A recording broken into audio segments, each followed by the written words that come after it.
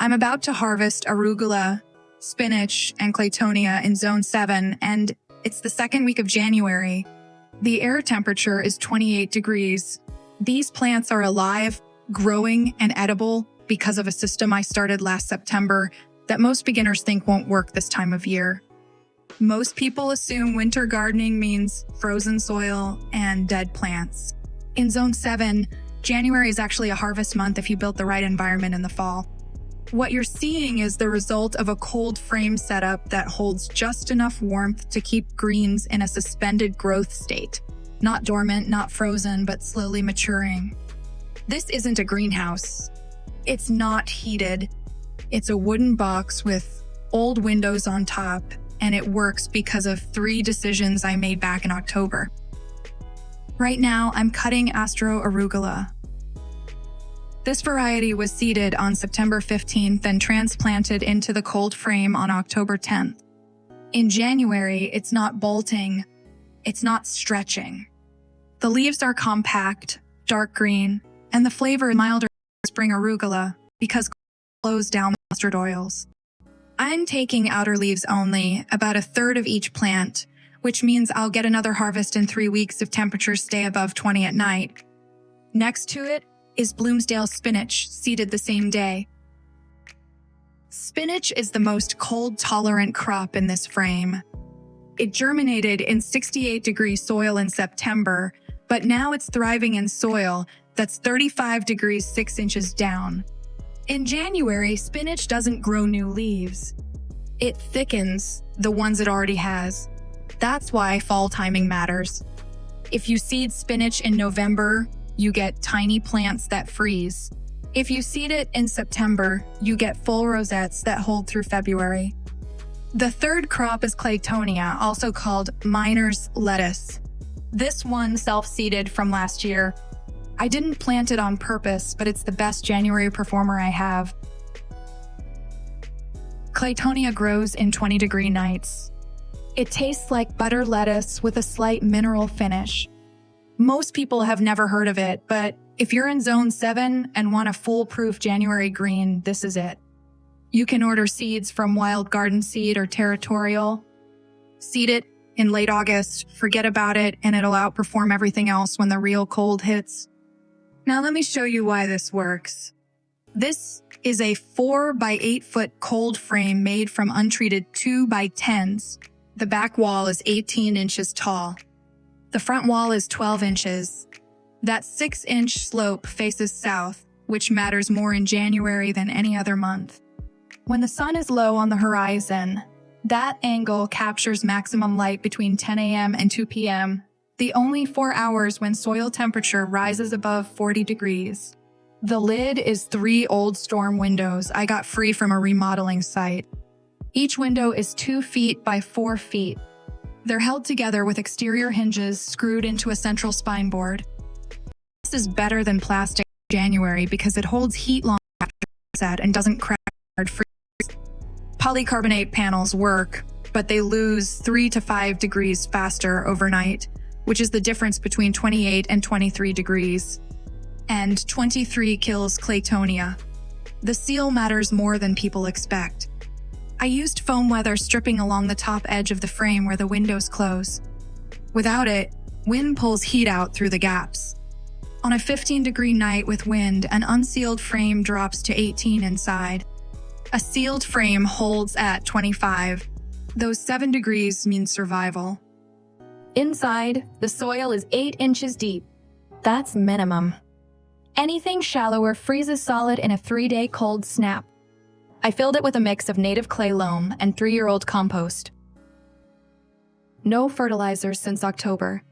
In January, these plants aren't actively growing, so feeding them does nothing except encourage rot.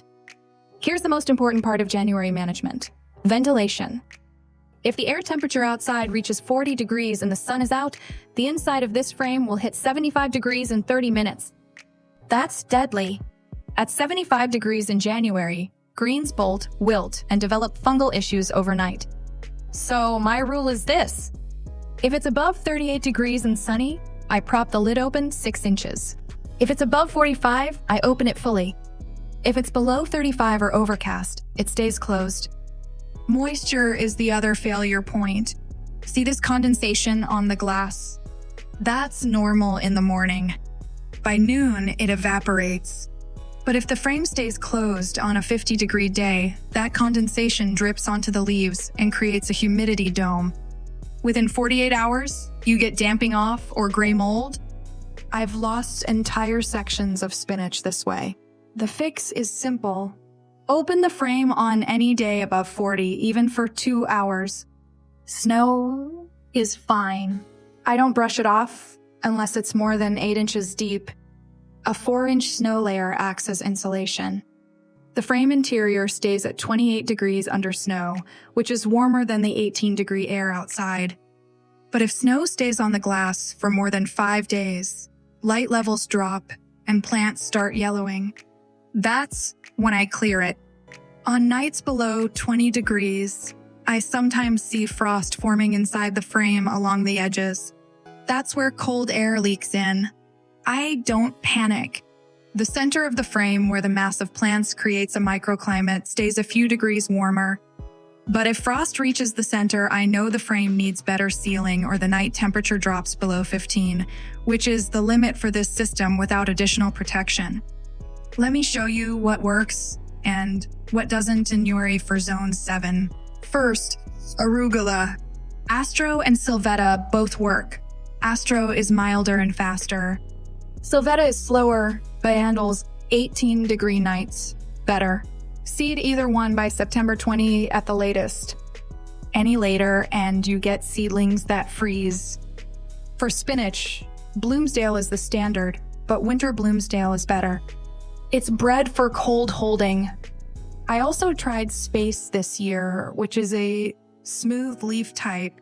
It grew faster in the fall, but started declining in late December when Bloomsdale stayed strong.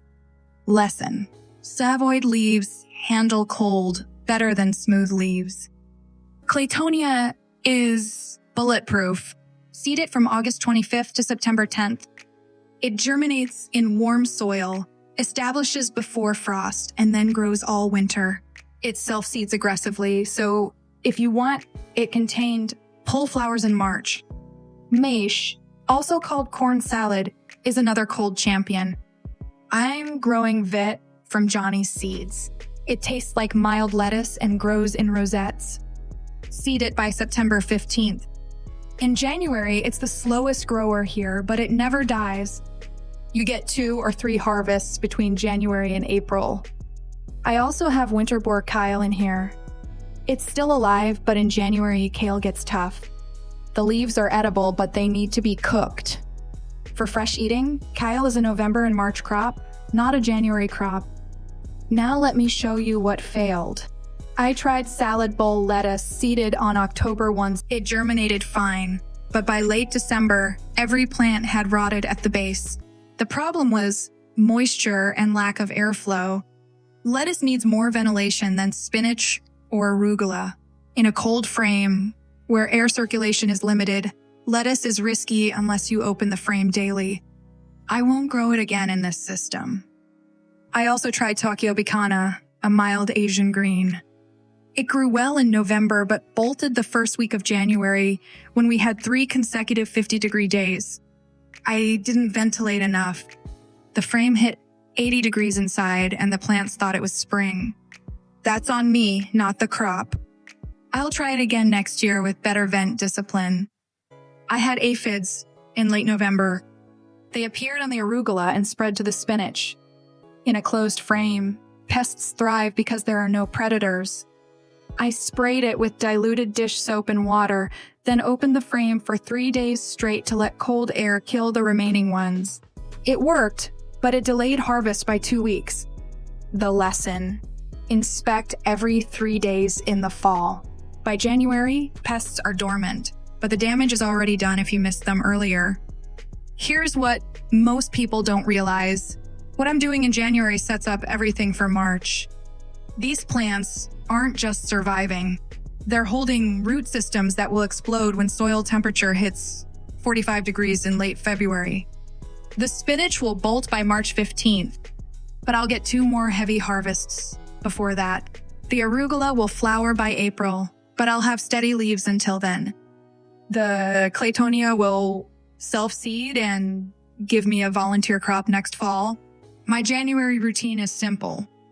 I check the frame every morning. If it's above 38 and sunny, I prop it open. If it's below 35, I leave it closed. I feel the soil moisture once a week. If the top inch is dry, I water lightly with a watering can, but only on days above 40, so the water doesn't freeze. I harvest every 10 to 14 days, taking only outer leaves. That's it. Most beginner mistakes come from overthinking. People add heat mats, which cause fungus. They water too much, which causes rot.